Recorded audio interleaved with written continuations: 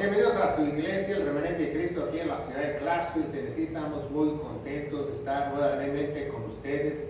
Le damos la bienvenida a todos los que estamos aquí, también a los que están a través de las redes sociales, que ya se han suscrito muchas personas, y recomendamos que ustedes pase la voz, ¿verdad?, para que otras personas puedan suscribirse y puedan estudiar y escuchar la sana doctrina, porque estamos muy faltos de sana doctrina en estos días.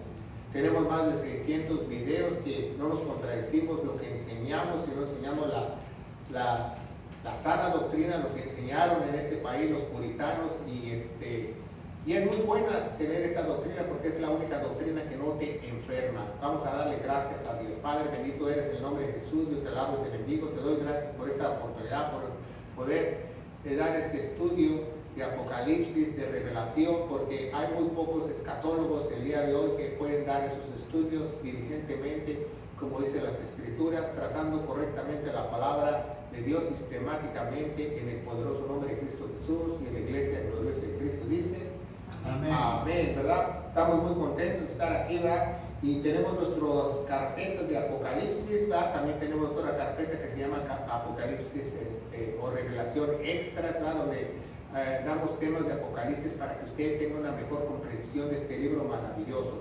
Acuérdense que es una bendición leer y entender el libro de Apocalipsis. Lo dice en el capítulo 1, que es una bendición poder leer y guardar y atesorar esas palabras, ¿verdad? No, usted no tenga miedo al escuchar esa palabra, o diga yo no entiendo ni papa, ¿verdad? Sabemos que Apocalipsis es un libro con mucha simbología, y muchos, más del 70-80% de los versículos que se usan en Apocalipsis, que son concordancias, son del Antiguo Testamento.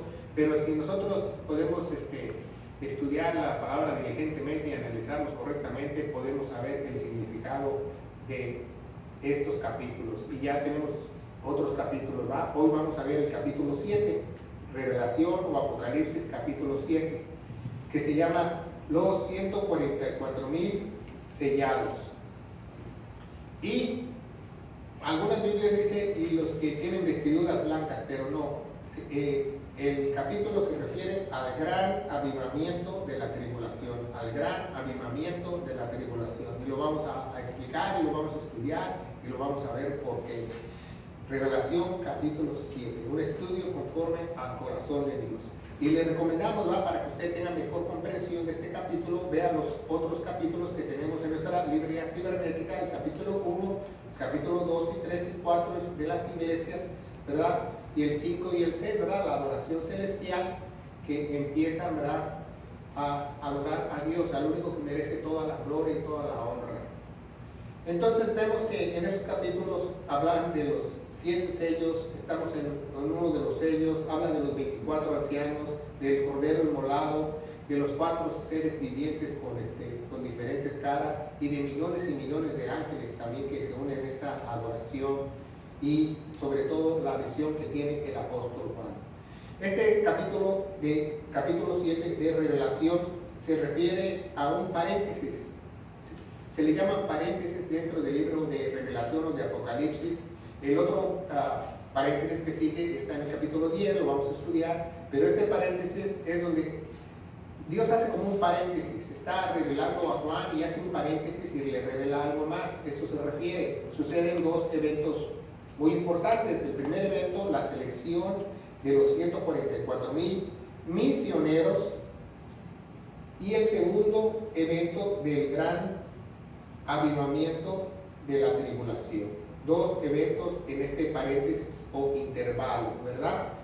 Entonces, ¿por qué? Porque el tiempo está cerca, y deberíamos considerar esto, ¿verdad? Y deberíamos estar conscientes dónde se irá nuestra alma, ¿verdad? Porque estamos en los últimos tiempos que usted debería buscar más de Dios, y es cuando las personas se alejan más de Dios, desgraciadamente, cuando las personas están más frías de Dios. Yo me acuerdo cuando llegué hace 30 y pico de años a este país, que las personas me hablaban de Dios, Personas en la calle me hablaban de Dios, me invitaban a la iglesia, los negocios ni abrían porque todo el mundo iba a la iglesia, y como han pasado los años aquí en este país, me estoy dando cuenta cómo la gente se ha ido enfriando, las iglesias vaciándose, pero todo es plan de Dios. No, usted no le quite el sueño a eso, no le quite el sueño. Dice Jesús, hallaré fe cuando yo regrese. Claro que no, porque habrá muy pocos escogidos, un pequeño remanente. ¿Va? ¿Cómo sabemos que estamos en los últimos tiempos? Muy fácil. Daniel capítulo 12, ¿verdad? Del capítulo 7 en adelante, Daniel tiene profecías, ¿verdad? No solamente habla históricamente del capítulo 1 al 6, en el 7 empiezan sus profecías, y en el capítulo 12, 4 nos dice, empero Daniel cierra las palabras de este libro hasta el tiempo del fin. Pasarán muchos años, y el conocimiento se va a multiplicar. Eso es lo más importante que tú entiendas, está profetizado. ¿Sabía que en los últimos 25 o 30 años el hombre pasó del burro al transbordador, al cohete, del caballo al tren bala? La ciencia ha aumentado increíblemente en los últimos 30, 40, 50 años como nunca había crecido el conocimiento. ¿Y qué dice la Biblia? ¿Qué advierte la Biblia? Cuando se multiplique el conocimiento va a ser el fin. Va a ser el fin, ¿verdad? Porque muchas veces no entendemos ese concepto, ¿verdad? Que tenemos celulares nuevos, computadoras nuevas, tecnología nueva. El otro día estaba yo viendo la televisión que en Japón el recepcionista de un hotel es un robot. Y aquí en el mall se ahorran al taquillero, ¿va? Porque ahora en el mall de aquí de la ciudad de Clarksville hay un letrerito que dice que el que vende los dulces le vende el boleto para ahorrarse un empleado. Entonces vemos que cómo la ciencia va aumentando, cómo la medicina y todas esas cosas van aumentando en una velocidad increíble, que pasamos del burro al motor en muy pocos años, y carros eléctricos, y sabrá Dios que viene, viajes espaciales. Entonces vemos que el conocimiento está aumentando. Lo está diciendo que las palabras del libro de la profecía se van a cerrar cuando llegue todo esto. Pasarán muchos años. ¿Cuántos años han pasado? Más de 2000 años, y la Biblia no miente. Juan, ¿verdad? Juan, exiliado en la isla de Patmos por el gobernador, el emperador, ¿verdad? Tito Flavio Vespasiano, ¿verdad? Sabía que los Flavios tenían una dinastía en Roma. No solamente él era un emperador, era una dinastía. Y si usted estudia la historia, los Vespasianos fueron sangrientos, asesinos, y una dinastía increíble que ellos tenían en Italia, ¿verdad? En Roma. Pero él decide exiliar a todos los ancianos para no matarlos en el Coliseo romano. ¿Por qué? Porque agarraban a los cristianos y los mandaban al Coliseo romano, a los niños, jóvenes y adultos, a que los leones los devoraban o pelearan contra gladiadores y fueran destrozados, y pagaban un dineral por el espectáculo. El mismo Coliseo romano, que fue financiado con el dinero del templo, con el general Tito, invadió en el año 70 Jerusalén, se llevó todo el oro como Jesús lo profetizó. No quedará piedra sobre piedra, porque movieron todas las piedras para llevarse el oro. Y financiaron ese gran estadio, ese gran coliseo donde había hasta batallas navales. Entonces, un ancianito, nadie iba a pagar por ir a ver a Juan ahí que lo destrozara un león. Entonces, el emperador Vespasiano optó porque todos los ancianos los llevaran a la isla de Patmos a que murieran ahí. Pero Juan no estaba en una isla que era una cárcel. No, llegaba el barco y los tiraba en la isla.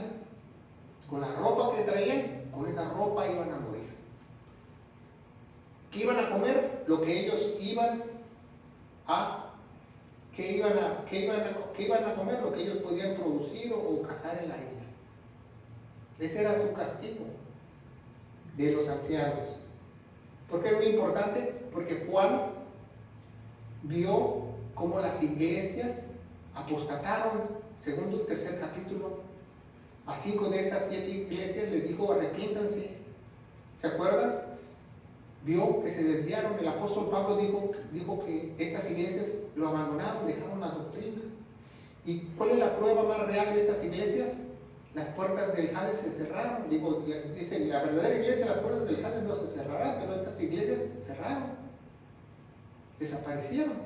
Históricamente desaparecieron.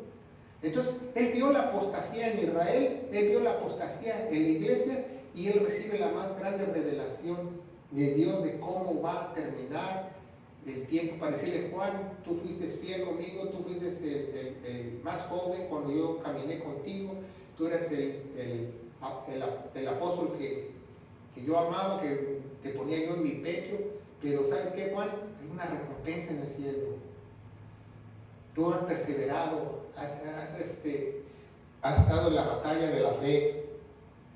Y dice el versículo 1, Revelación 7:1, vamos a empezar con este gran capítulo y espero que lo entendamos para que nosotros podamos discernir correctamente la revelación de Dios en la palabra de Dios. Dice: y después de estas cosas vi a 4 ángeles que estaban de pie sobre las 4 esquinas de la tierra. Las 4 esquinas de la tierra no quiere decir que, como muchos en el YouTube hoy en día que han puesto que la tierra es cuadrada. No. Dice: deteniendo los 4 vientos de la tierra, para que no soplase el viento sobre la tierra, ni sobre el mar, ni sobre ningún árbol. Es muy importante que entendamos esas 3 palabras: tierra, mar y árbol. ¿Qué nos dice Dios, verdad? Entonces vemos que los 4 ángeles estaban en los 4 puntos cardenales de la tierra: norte, sur, este y oriente, o norte, sur, oriente y occidente, si usted se lo sabe así, ¿verdad? Entonces vamos a ver que estas cosas que sucedieron tienen un significado teológico muy importante. ¿Qué pasa si la tierra no tiene viento? Bueno, hay una que se llama magnetosfera, que por ejemplo la tierra se empezara a incendiar, la tierra empezara a sufrir, y todos esos vientos, porque si usted estudia los vientos vienen del norte o del sur, del este y del oeste. Entonces es muy importante que tú sepas que si se detienen los vientos, usted nunca ha estado en un día de verano a 110 de temperatura y el viento sopla a 2 millas por hora y se está asando. Imagínese si deja de soplar a 2 millas por hora, ¿a cuánto ascendería la temperatura? O por ejemplo, en Chicago, por ejemplo, la ciudad de los vientos, o en otras ciudades donde son muy ventosas, como Pachuca en México, que hace frío, entonces el frío incrementa el frío, y dicen que el factor wind chill o el factor del frío es mucho mayor. Si por ejemplo está la temperatura a 30 grados y con el viento baja hasta 24, 23 grados. Entonces el viento es muy importante en la creación de Dios. Muchos no lo consideran, muchos no lo toman, pero el viento es una de las cosas más importantes que Dios fabricó. Entonces dice: y vi a otro ángel que subía en el nacimiento del sol. Eso es muy importante que aprendas. ¿Dónde sale el sol? En el este, ¿verdad? Siempre el sol sale del este y se mete en el oeste. Acuérdense que el evangelio del este al oeste. Acuérdense que Babilonia del este al oeste. ¿Cómo poblaron la tierra? Del este al oeste. ¿Por qué? No sabemos por qué, pero si estudiamos la Biblia diligentemente, es como pasó, ¿va? Y dice: subía del nacimiento del sol teniendo el sello de Dios. ¿Qué quiere decir Juan con decir que este ángel mensajero tenía el sello de Dios? Que no era un ángel caído, que no era un ángel del Señor, que era un ángel de Dios, que no había duda al respecto que era otra clase de ángeles, porque hay ángeles caídos. Dice: teniendo el sello de Dios, y clamó a gran voz a los 4 ángeles. Imagínense la voz de este ángel que sale del este y grita, y el ángel está parado, uno en Alaska, el otro en la Tierra del Fuego y el otro en Hawái. Lo escuchan. Imagínense la voz del ángel, a gran voz. Eso significa gran voz, a los 4 ángeles, a los cuales era dado hacer daño a la tierra y al mar. hacer daño a la tierra y al mar. ¿Ah? Este ángel que sale les habla, les grita en gran clamor para que estos se detengan. ¿Por qué? Porque al detener el aire, ¿qué va a pasar? Va a haber destrucción y caos, ¿verdad? Y Dios no quería eso aún. Por eso es un paréntesis que Dios le enseña al apóstol Juan. 3. Bueno, Daniel 3 dice, no hagas daño a la tierra, ahí en Revelación 3, dice, no hagas daño a la tierra, ni al mar, ni a los árboles, hasta que hayamos sellado a los siervos de nuestro Dios en sus frentes. Esa es Revelación, no es Daniel. Revelación 7:3. No hagan daño, porque al momento que ustedes paren los vientos, le van a hacer daño al mar, a los árboles y a la tierra. ¿A qué se refiere Dios? A lo que se le conoce en la biología, si usted estudia biología en el colegio, como a la flora y fauna. ¿Y qué pasa si la flora y fauna se muere? Se acaba la vida. No van a durar mucho. No iban a durar mucho. Entonces vemos que Revelación 7:4 dice, y oí el número de los sellados. Juan escucha el número de los sellados, que es 144,000 sellados de todas las tribus de los hijos de Israel. ¿Quiénes son esos 144,000? Vamos a verlo más adelante. Él escuchó el número que eran 144,000. Aquí en los Estados Unidos surgieron profetas falsos. ¿Sabía que aquí en los Estados Unidos han salido las mayores sectas en todo el mundo? Los mormones, los testigos de Jehová, los adventistas, la ciencia cristiana, todos han salido de aquí de los Estados Unidos. Así como han salido misioneros, han salido las sectas mayores que están en todo el mundo, si usted no lo sabe. Y sabía que muchos testigos de Jehová, al principio ellos empezaron a predicar esos, que únete a nuestra religión para que tú seas uno de los 144,000, que después cambiaron su doctrina. Entonces, alguien que cambia su doctrina, obviamente que es falso. Porque ¿qué pasó? Ya cuando los testigos de Jehová ya tenían 1 millón, dicen, ¿qué hacemos? ¿No? ¿Qué le vamos a decir a los que restan, que ya no son salvos? Y cambiaron su falsa doctrina.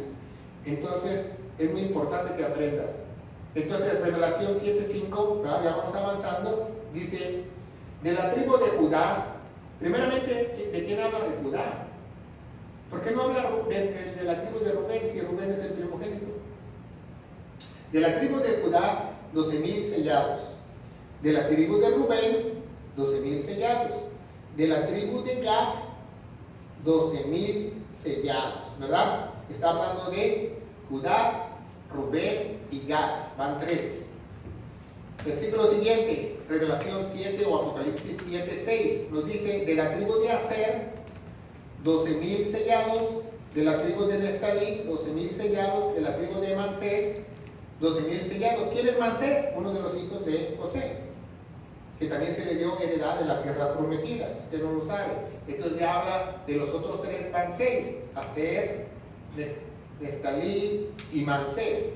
Versículo siguiente, Revelación 7:7, Apocalipsis 7:7, nos dice, de la tribu de Simeón, 12,000 sellados. De la tribu de Leví, 12,000 sellados. ¿Quién era Leví? Los que no tenían heredad, de los que no tenían tierra, que trabajaban en el sacerdocio, en el servicio del templo. Y de la tribu de Isaacar, 12,000 sellados. Entonces ya van 9, ¿verdad? Simeón, Leví y Isaacar. Y los últimos 3, para ser 12, dice Revelación 7:8 o Apocalipsis 7:8, dice, de la tribu de Zebulón, 12,000 sellados. De la tribu de José. Qué raro que dice de la tribu de José, ¿verdad? Porque a José no le dieron heredad, le dieron a sus 2 hijos, le dieron a Efraín y Manasés, ¿te acuerdas? De la tribu de José, 12,000 sellados. Y de la tribu de Benjamín, 12,000 sellados, de donde era el apóstol Pablo, ¿verdad? De donde provenía el apóstol Pablo. Decía, yo soy judío de hueso colorado, de la tribu de Benjamín. Vemos que son 12,000, si usted multiplica 12,000 por 12, le da, ¿cuánto? 144,000. Y cuando hablamos de los 144,000, la Biblia es específica históricamente y literalmente, que no está hablando de 144,000 judíos espirituales. está hablando de judíos étnicos, de judíos de sangre. Entonces, ¿cómo va a ser eso posible si ya hay 10 tribus perdidas de Israel que ya no saben ni de qué descendencia son? ¿Sí? ¿Cómo Dios selló a esas personas? Lo vamos a ver más adelante. Entonces vemos por qué no se encuentra la tribu de Dan, ni la tribu de Efraín, en esos misioneros, en esos 144,000. No dice que hay 12,000 sellados de la tribu de Dan, ni 12,000 sellados de la tribu de Efraín. ¿Dónde están esas personas? ¿Por qué Rubén no es el primero, si es el primogénito? Bueno, vamos a verlo más adelante. Primeramente, en Génesis 49:4, cuando Jacob muere y le da la última profecía a sus hijos, le dice a Rubén: por cuando subiste al lecho de tu padre. Rubén se acostó con una de las concubinas de su padre, si usted no se acuerda. Él perdió la primogenitura. Entonces, ¿quién le sigue de Rubén? Judá. Por eso el linaje viene de Judá. Igual pasó con Jacobo. Esaú era el primogénito, Isaac era el segundo. ¿Y a quién le fue la promesa? A Isaac. ¿Se acuerdan? Igual pasó. Y en Jueces capítulo 8 y Primera de Reyes 11:26 nos dice que las tribus de Dan y de Dan y de Efraín idolatraron. En Jueces 18 y Primera de Reyes 11:26, esas dos tribus fueron reemplazadas, ¿verdad? La tribu de Manasés y Leví. Y entonces la tribu de Manasés y Leví tomaron sus lugares. Bueno, esos 144,000 son muy importantes. Y dice: y miré al cordero, y he aquí el cordero. Cordero, ¿con qué letra se escribe? Con mayúscula. Cuando se escribe con mayúscula, siempre que tú estudias diligentemente la palabra de Dios, sistemáticamente está hablando de Dios. Cordero con C mayúscula es Dios. Miré al cordero que estaba de pie sobre el monte Sión. ¿Qué se encuentra en el monte Sión? El templo, el gran templo, donde estaba el gran templo, con 144,000 que tenían su nombre de su padre en sus frentes. Cuando esos habían sido sellados, cuando el ángel dice: no hagas daño a la tierra, al mar y a los árboles, deténganse porque aún no han sido sellados estas personas. Se refiere que este sello lo tenían en sus frentes. Bueno, es algo como cuando el gran sacerdote en el Antiguo Testamento tenía el nombre en su frente. ¿Qué decía el nombre en su frente? Ahí puso un 4 de más, 144,000. Entonces, fíjese muy bien, ¿qué tenían? Tenían el nombre de Elohim, decía Dios. O sea, ¿y qué estos van a tener? Pues el nombre de Dios, ¿va? Antes era Elohim, ahora es Señor Jesucristo. Entonces vemos que Juan tiene esta visión donde está viendo estos 144,000 misioneros que van a predicar la palabra de Dios junto con los dos testigos, el evangelio que un ángel trae, que se llama el evangelio eterno, con una cristofonía de Cristo. ¿Por qué es una cristofonía? ¿Por qué está viendo Juan una cristofonía? Porque estos 144,000, ¿quién es la cabeza de ellos? Cristo. No necesariamente Cristo está ahí, en el monte Sión. ¿Por qué? Porque Cristo dice que va a venir hasta su segunda venida. No puede venir 3 veces Cristo. Cristo vino cuando nació y su segunda venida es cuando Él se para en el monte de los olivos y se rompa en dos. Entonces esa es una cristofonía que Juan ve estos 144,000 como cabeza de estos misioneros, ¿verdad? ¿Por qué es importante esto? ¿Por qué es importante eso? Porque va a haber un gran avivamiento. Un gran avivamiento. Muchos teólogos lo relacionan diferente. Seguimos adelante. Y dice, vamos a ver el contexto de esos 144,000 en el capítulo 14. Y cuando estudiemos el capítulo 14 vamos a volver a ver estos Apocalipsis 7 o Revelación 7 para entender bien lo que dice la palabra de Dios. Dice, y oí una voz en el cielo de muchas aguas, y como una voz de gran trueno, y una voz de teñadores con armas que tenían arpas. Teñadores quiere decir que tocaban las arpas, ¿verdad? Dice el 14:3, y cantaban como un cántico nuevo. No dice que cantaban un cántico nuevo, dice como un cántico nuevo, como un cántico nuevo. No dice que cántico nuevo, dice como un cántico nuevo.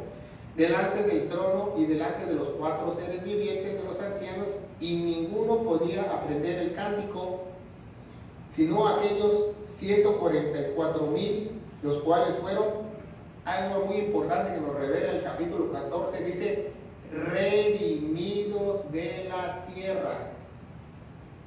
En griego quiere decir sacados de la tierra. Estos fueron sacados de la tierra. O sea, alguien que diga, oh, esos 144,000 son ángeles. No son ángeles, son sacados de la tierra, redimidos de la tierra. ¿Qué es redimidos? Que fueron comprados de nuevo. ¿Ya? 4. Estos son los que con mujeres no fueron contaminados. Porque son ¿qué? Vírgenes. Y estos son los que siguen al Cordero por donde quiere que fuere. ¿De qué está hablando Juan? De que el Cordero con mayúscula, que Dios lo sigue por donde Él fuere. Entonces, obviamente ya han estado con el Cordero. Obviamente ya han pasado mucho tiempo con el Cordero. No son personas que seleccionaron en la tierra. Dice que están, ¿no? Están con ellos. ¿No dice eso? Están. Y estos fueron redimidos entre los hombres por primicias para Dios y para el Cordero. Esos son una primicia. ¿Qué es primicia? Los primeros frutos, ¿verdad? Si estudiamos los primeros frutos. Vamos a ver 14:5, dice, y en su boca no se ha hallado engaño. En griego quiere decir que nunca han dicho una mentira. ¿Usted conoce a alguna persona que nunca ha dicho una mentira? ¿O algún testigo de Jehová que dice que es parte de los 144,000 que haya dicho una mentira? Porque son sin mácula. Sin mácula es sin pecado delante del trono de Dios. Fíjese muy bien lo que dice esta cita, es muy importante esta revelación que nos hace la Biblia en Apocalipsis, porque dice, delante del trono de Dios. ¿Dónde está el trono? ¿En la tierra o en el cielo? En el cielo, correcto. Entonces, estos personajes están en el cielo. Están en el cielo, no fueron redimidos en la tierra y seleccionaron 12,000 de la tierra de Rubén, 12,000 de la tierra de Isaacar, que son judíos que viven en Israel. No, estas personas están en el cielo. Lo vamos a ver más adelante. Y dice, y esos 144,000, esas son las características, son vírgenes, ¿verdad? Porque no se han casado, nunca han tenido relaciones, no es que estén casados en un matrimonio, no, nunca se han casado, no han dicho ninguna mentira, son sin pecados y son primicias y son sacados de la tierra. Es casi imposible encontrar una persona que esté sin pecado. ¿Qué dice la Biblia? Que todos los que estamos en la tierra tenemos un pecado. Que todos hemos dicho mentiras. El que no diga que haya dicho una mentira es mentiroso, ¿verdad? Entonces, personas son especiales. ¿Quiénes son estos 144,000? Tenemos un estudio en su iglesia, ¿verdad? En nuestros estudios de que explicamos quiénes son estos 144,000 personas. Estos 144,000 personas son los bebés que mataron, Herodes mató. Dice Mateo 2, del 16 al 18, Herodes manda a matar a los niños. Pero si lo vemos en inglés, esa cita, la Biblia de King James, que está más apegada a las escrituras originales, dice que estos fueron sacados de las costas. Todos estos niños que mataron fueron en las costas de lo que es cuando Herodes vivía, ¿verdad? Dice, y all the coast therefore. Muchas Biblias le pusieron, fueron muertos de los alrededores, pero no es cierto. Fueron muertos de todas las orillas, de todas las costas. Entonces, si vemos el mapa antiguo de las posiciones de la tierra de Israel, cuando él dio la tierra prometida a los judíos, todos tenían costa, unos en el mar y otros en el mar de Muerto y otros sobre todo el río Jordán, pero todos tenían costa, todas las propiedades tenían costa. Entonces, estos fueron muertos por todas las costas. Mataron a 12,000 niños de la tribu de Judá, de todas las tribus mataron 12,000 niños, 12,000 niños, 12,000 niños, 12,000 niños. ¿Y por qué es tan importante que esos niños son niños? Porque esos niños son de la misma edad de Cristo y son primicias. Y esos niños que eran bebés, que no tenían ni 1 año ni 2 años, no tenían pecado, son vírgenes, no tenían mentira en su boca porque no sabían ni hablar, y fueron sacados de la tierra y están enfrente del trono de Dios. Entonces esos 144,000 no es que Dios va a escoger 144,000 de Israel, no, esos ya están en el cielo y ellos van a, por eso de la visión que Él baja al monte Sión y los deja ahí y se ponen a predicar el evangelio, porque dice que esos 144,000 nadie les puede hacer daño. Nadie les puede hacer daño, y que esos 144,000 tienen el poder para predicar el evangelio eterno en todo el mundo, no por internet, por todo el mundo, a pie. Entonces imagínense el poder de ellos, porque ellos no solo van a tener dones, van a tener como los apóstoles, alguna vez ellos tuvieron prodigios, ¿verdad? Que no les van a poder hacer daño. Bueno, ya vimos el primer evento de estos, quiénes son esos 144,000, ¿verdad? Ese estudio es muy importante, quizás hagamos una predicación porque es muy importante este tema, porque mucha gente no sabe quiénes son esos 144,000. Muchos tienen especulaciones, que van a ser judíos, que van a sacarlos de aquí, que son judíos que se guardaron. No, son judíos que ya fueron redimidos y comprados, y que están en el cielo y van a bajar listos para predicar. El segundo evento, ya vimos el primer evento, los 144,000 dentro de este paréntesis, ¿verdad? Vamos a ver el segundo evento dentro de este paréntesis, el gran avivamiento, ¿verdad?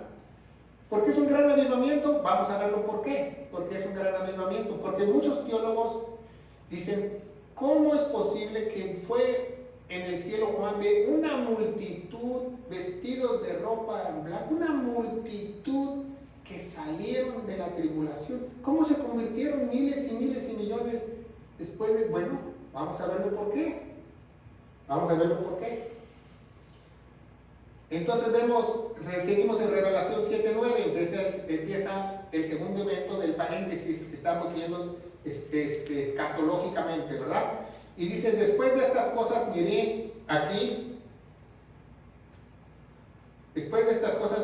miré aquí una gran multitud que ninguno podía contar, no solo de judíos, no solo de Palestina, no solo de Israel, sino dice de todas las naciones. En griego dice etnos. Etnos quiere decir etnias.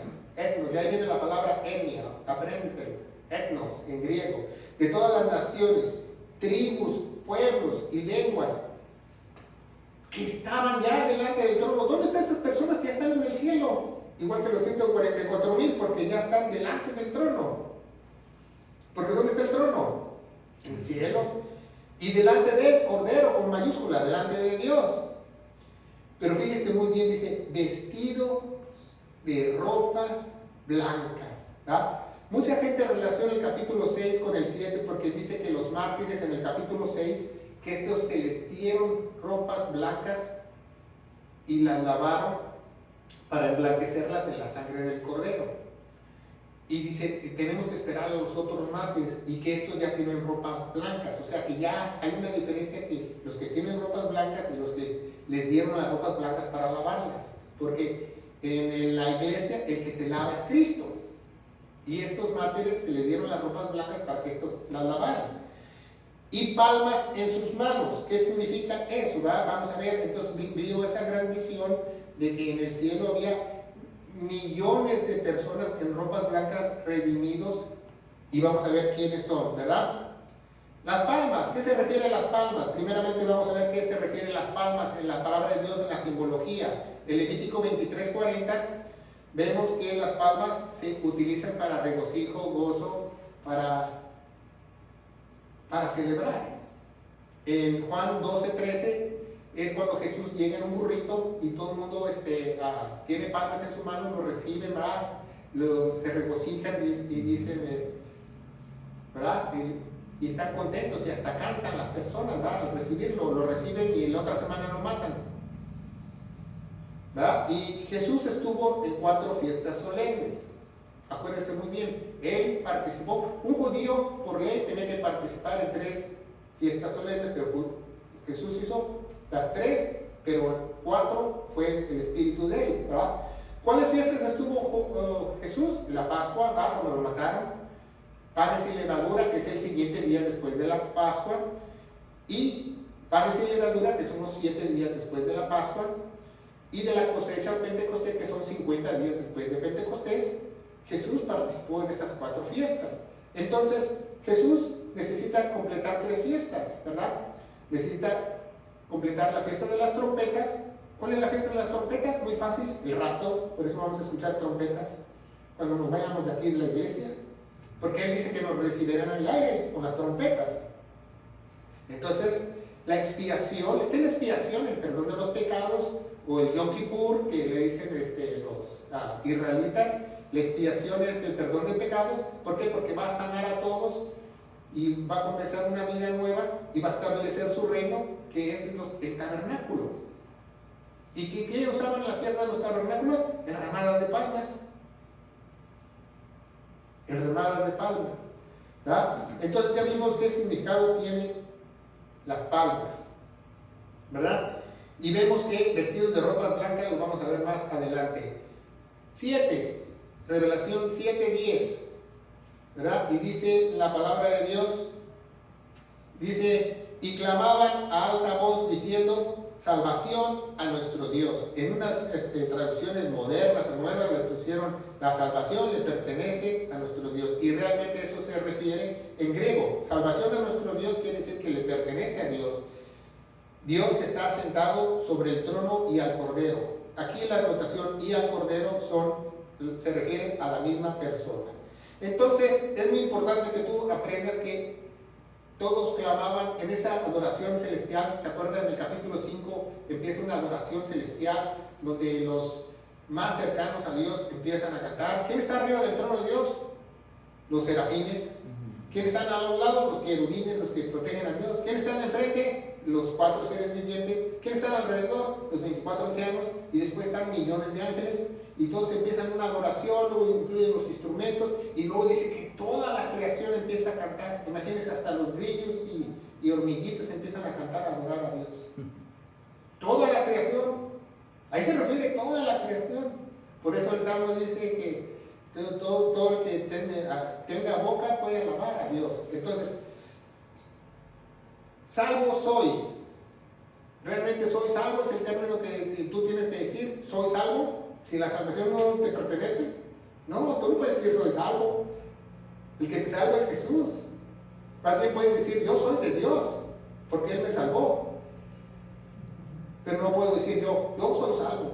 No, Él me salvó. ¿Por qué? Porque la salvación de a quién le pertenece, según toda la creación, a Dios. No podemos agregar nada a la salvación o quitar nada a la salvación. En su totalidad, toda la salvación es producida por Dios. Toda la salvación es producida por Dios. Acuérdense, la salvación es una fase de 3 cosas. Cuando nosotros creemos de todo corazón, como dice Efesios 1:13 y 1:17, dice, creímos de todo corazón y fuimos sellados con el Espíritu Santo al creer el Evangelio, y tenemos esa garantía. Él ya nos salvó nuestra alma. Entonces viene un proceso del cuerpo de la santificación, ¿verdad? Porque ese cuerpo, entre tengamos ese envase de ese cuerpo, debemos guardarnos y cuidarnos, estar alejados de la fornicación, del pecado. ¿Por qué? Porque somos instrumentos de Dios. Y después la glorificación. Entonces es un proceso que todo lo hace Dios. Romanos del 8 al 28 al 30 nos explica la salvación. Dice, todas las cosas pasan para bien a aquellos que aman al Señor. Y dice, el que nos llamó, el que nos predestinó, también nos santificará y también nos glorificará. Él mismo lo va a hacer, ¿verdad? ¿Por qué? Porque lo aplicamos a la iglesia. Por eso en la cruz del Calvario, ¿qué dijo Jesús? ¿Qué dijo Jesús en la cruz del Calvario? Cuando estaba abierto de manos, dijo, consumado es. Dijo, I finish. ¿Qué consumió? La salvación. ¿A quién o dijo, consumado es, pero les falta esto, les falta lo otro? No, yo la hice toda, consumado es. Yo la hice toda, consumado es muy importante. Vamos a ver Revelación 7:11, ya vamos avanzando. Y todos los ángeles, estamos hablando miles y millones de ángeles, de pie alrededor del trono, alrededor de los ancianos, los 4 seres vivientes se postraron sobre sus caras delante del trono y adoraron a Dios. Fíjese cómo en esta cita ya no dice a Dios y al Cordero, nada más dice a Dios, porque está hablando de la misma persona. Porque dice Deuteronomio capítulo 6, el Señor uno es.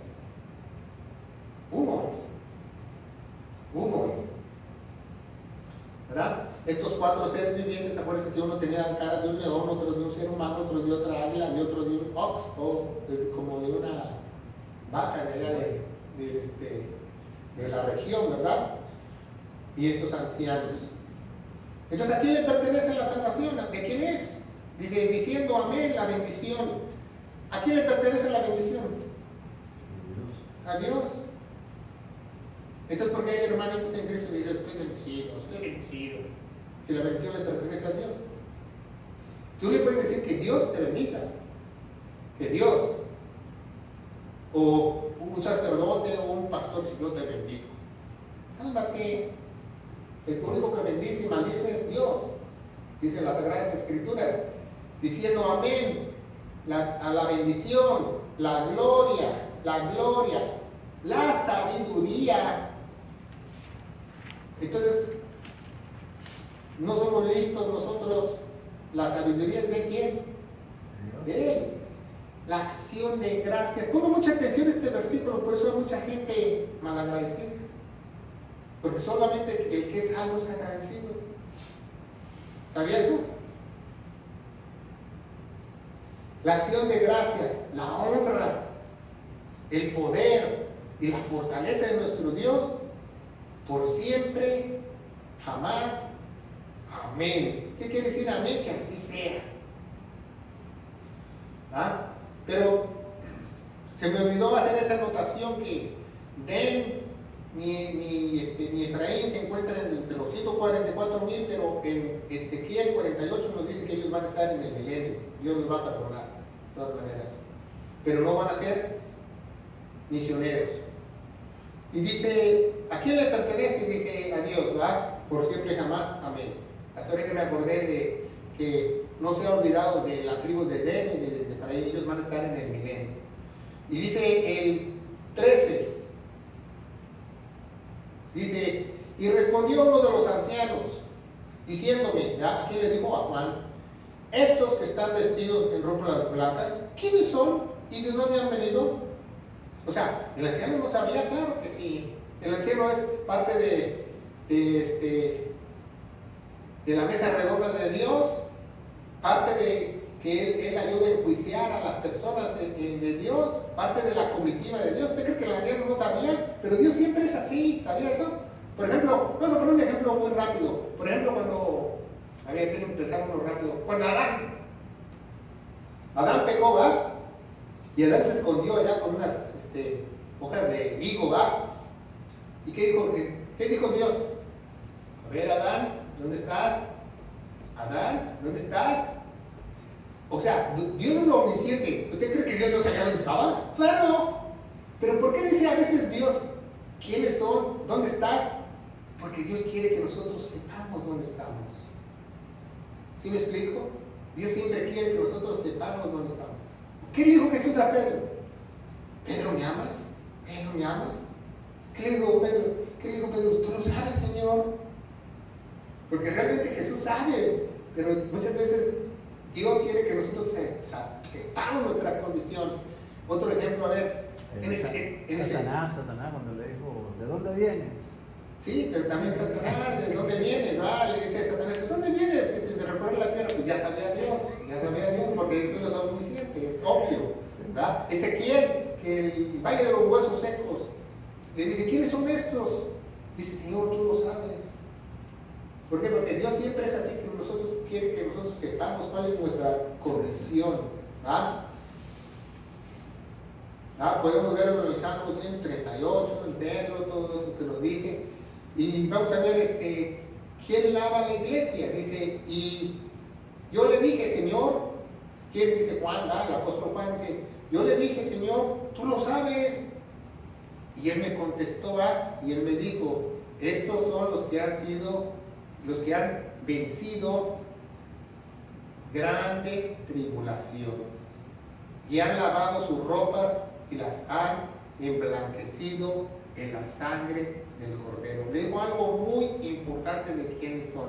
Esas personas, dice en griego, han sido sacadas, o sea, que pasaron, unos salieron en la tribulación, otros a la mitad de la tribulación, porque acuérdense que los sellos, los sellos, cuando rompen los sellos y el Cordero es el único digno de romper los sellos, empiezan los caballos y los jinetes y la destrucción, ¿se acuerdan? El sello 1, el sello 2, el sello 3, el sello 4, ya son cosas que están pasando en la tierra. En esa gran tribulación. Entonces dice, han lavado sus ropas y han blanqueado en la sangre del Cordero. Algo que tenemos que aprender, dice, han vencido. En las iglesias dice, el que venciere. ¿Por qué? Porque le está hablando a los judíos que ellos van a estar en la tribulación. Al que venciere, al que venciere.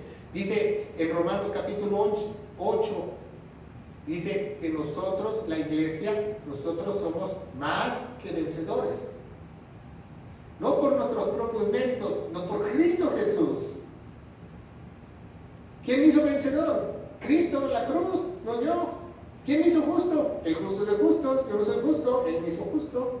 Entonces yo soy más que vencedor en Cristo Jesús, porque Él es el que venció en la cruz. Y yo creí en Él y el Espíritu de Él se metió dentro de mí. Entonces yo ya he vencido. Esas personas estuvieron en la gran tribulación y de una u otra manera salieron de la gran tribulación, porque son de todo pueblo, lengua y nación, ¿se acuerdan? Entonces son millares y millares y millares, y muchos teólogos dicen, pues ¿cómo va a haber tantas millares y millares en 7 años? Si por 2000 años nunca se han convertido tantos.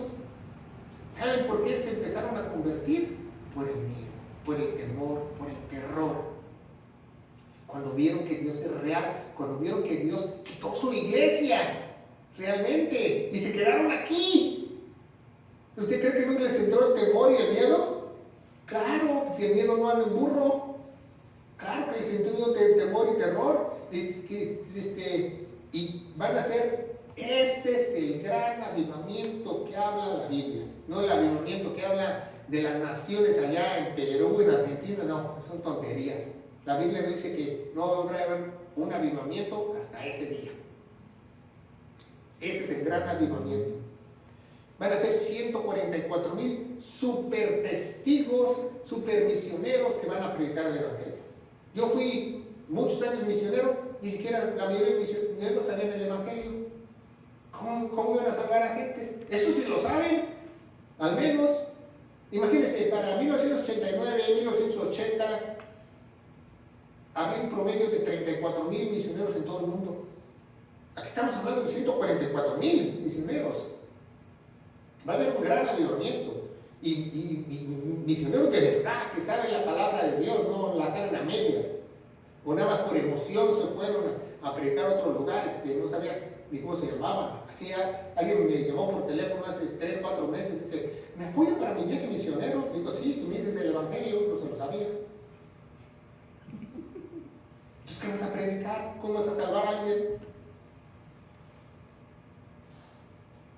No, imagínense, el Evangelio es lo más fácil, por eso simplicidad teológica del Evangelio. Cristo murió por nuestros pecados, fue sepultado, resucitó el 3er día, según las Escrituras. Si tú lo crees de todo corazón, va a haber un poder sobrenatural que Dios te va a sellar y te va a cambiar tu vida, porque Él te va a santificar, no la iglesia, la religiosidad, Él mismo te va a santificar. Entonces aquí están hablando de 2 cosas, ¿verdad? La iglesia, Cristo nos lava las ropas, y estos han lavado sus propias ropas, porque ya es otra dispensación. Por eso muchos teólogos no dan en el blanco. Dice, no, es que esa misma profecía Daniel la vio en capítulo 9, que vio miles de personas sirviendo. No. Estas personas salieron de la tribulación, de la gran tribulación. De una u otra manera chisparon. O les cortaron la cabeza, o se murieron de hambre, pero no se pusieron la marca, ni adoraron a la abominación de su adoración. Y muchos se van a convertir. Hay veces que Dios necesita apretar las puertas para que se conviertan. ¿Por qué cree que va a derramar 3 juicios? No solamente como las plagas de Egipto, no, ahora vienen 3 juicios. Vienen los sellos, las trompetas y las copas de ira. O sea, el juicio es multiplicado a la 3ª potencia para que se les quite. Y a ver si no dicen, ay mamá, sí existe Dios. ¿Qué va a pasar cuando el Espíritu Santo salga aquí? Hasta tu propio hermano te va a querer matar. Dice Jesús, padre contra hijo, hijos contra padre. Porque ya no va a estar Dios aquí. Imagínense si no van a querer salir de aquí, de este planeta. Muerto mejor me voy. Y todos esos son redimidos. Va a haber un gran avivamiento. A veces Dios necesita apretar las puertas, como lo hizo en la iglesia primitiva, que en el aposento alto se convirtieron 3.500, ninguno se quería salir. Ahí todos estaban ahí el lunes, el martes, el miércoles, el miércoles hay estudio y oración, y el domingo servicio. ¿Quién va a predicar el domingo? Juan. Oh, ¿quién va a predicar el domingo? Oh, Pedro. Órale, yo me quedo. ¿Qué hizo? Mandó persecución. Vámonos. Dije que se esparcieron, no entienden por las buenas, por las malas. Y es lo mismo que la tribulación. No solo va a redimir a los judíos, va a redimir a miles de personas de todo pueblo y toda nación por el miedo. ¿Qué vas a hacer tú cuando tú digas, la flor se la tragó el agua? ¿No vas a querer estar con el Señor? ¿O se llevó la península de México?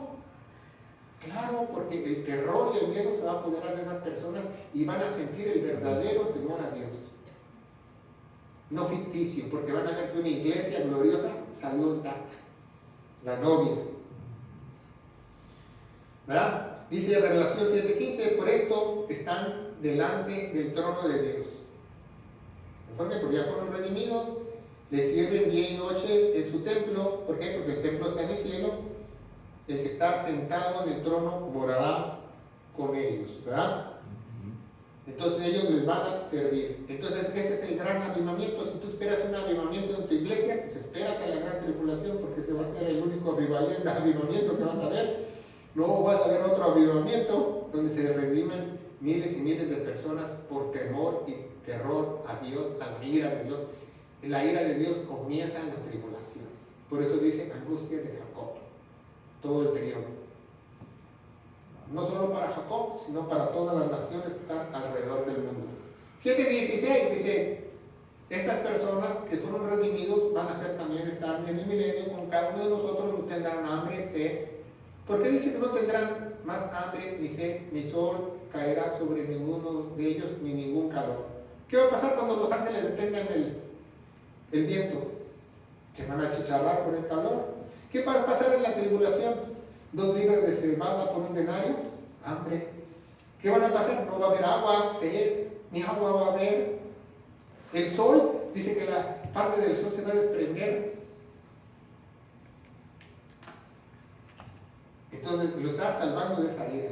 Entonces ellos van a estar en la ciudad del cielo cuando ésta baje, y ellos van a estar ahí sirviéndoles al Señor. Un día la gran Jerusalén bajará en el monte, entre el monte Sion y el monte de las Olivas, ¿verdad? Dice la profecía en Ezequiel que Jesucristo se parará en el monte de las Olivas, y se partirá y hará las dimensiones geográficas del oriente al occidente y del norte al sur, para que la gran Jerusalén aterrice.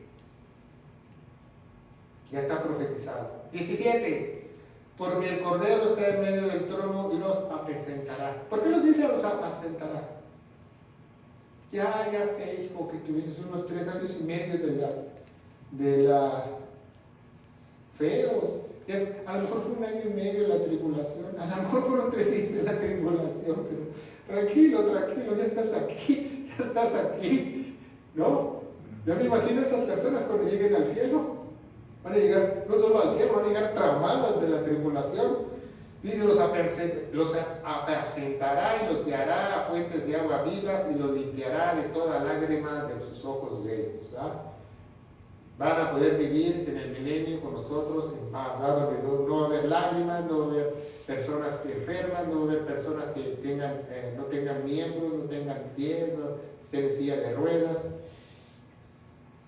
Como dice Jesús en Juan 7:38, el que cree en mí, como dice la Escritura, de su vientre correrán ríos de agua viva. Nuestro vientre hoy en día en la iglesia es el Espíritu Santo dentro de nosotros, pero cuando lleguemos al cielo vamos a estar dependiendo de Él, porque hay un solo Espíritu, ¿verdad? ¿Y qué dice la Biblia para la iglesia? Comparando Apocalipsis, dice la Biblia, la suma de tu palabra es la verdad, ¿verdad? Salmo 119, 160. La palabra es verdad desde el principio, quiere decir ha sido siempre la suma de todos los años, todos los tiempos, todas las eras, y eterno es tu juicio de justicia. Es muy importante que tú sepas que la palabra es verdad. Ya vamos a terminar. Y dice la palabra de Dios, ¿verdad? Que Dios no nos ha puesto para su ira. Tesalonicenses 5:9 nos dice, Dios no nos ha puesto para la ira. Romanos 10:17 dice, Dios no nos ha puesto para la ira. ¿Qué quiere decir eso? Que la iglesia no pasará la tribulación. No como muchos teólogos te enseñan que hay tribulación, gran tribulación y ira de Dios, porque las copas se llaman iras. No has aprendido bien. Toda es la ira de Dios, todo se llama angustia de Jacob. Hay el día del Señor y el día de la ira de Dios, cuando empieza la gran tribulación. No hay otro día especial. Es muy importante que sepamos que estamos en el Cordero, ¿verdad? Vamos a terminar. Entonces, le damos gracias a Dios por este estudio, le damos las gracias por estar viéndonos, y si nos está viendo a través de las redes sociales, comparte este estudio escatológico, porque hay muy pocos profesores de escatología que te enseñan la Apocalipsis, la palabra de Dios correctamente, o puedes tú escuchar otras cosas que no son, que la iglesia se irá al medio de la tribulación, que la iglesia se irá al final de la tribulación. No, Dios no nos ha puesto para la ira, tenemos que confiar en Él. ¿Tú confías en Él? Yo confío en Él, que Él no me va a poner bajo ninguna ira, ni voy a ver ninguna abominación desoladora. La palabra de Dios en Tesalonicenses dice que yo sabré el nombre del anticristo y vámonos, agarro mis chivas y me voy. Es lo que dice la palabra de Dios, y yo le creo fielmente lo que dice su palabra, ¿verdad? No nos podemos ir sin predicar el Evangelio de Gloria que se encuentra en 1 Corintios 15, del 1 al 4. ¿Por qué es el Evangelio de Gloria? Porque sin él jamás podrás ver la gloria de Dios. Es lo único que te puede salvar en este tiempo donde vivimos como iglesia, en esta dispensación, en esta era de los gentiles, en esta era de la iglesia. El Evangelio, lo que hizo Jesús en la cruz. Lo que hizo Jesús en la cruz. Es la única forma de nosotros poder ser redimidos. Dice 1 Corintios 15, del 1 al 4, el apóstol Pablo, lo que recibe directamente de nuestro Señor Jesucristo, dice, si estás firme, serás salvo. Si no has creído en vano, que Cristo murió por todos nuestros pecados, fue sepultado y resucitó al tercer día, según las Escrituras. Y las Escrituras nos dicen que tenemos que tener fe en su preciosa sangre, porque Él se puso en nuestro lugar. Y yo te aseguro, querido hermano en Cristo Jesús, que si tú crees de todo corazón lo que hizo Jesús en la cruz, habrá un poder sobrenatural, que tú vas a estar fuera de la tribulación, celebrando las bodas del Cordero, en el poderoso nombre de Cristo Jesús. Y la iglesia gloriosa de Cristo dice, amén. Que Dios los bendiga.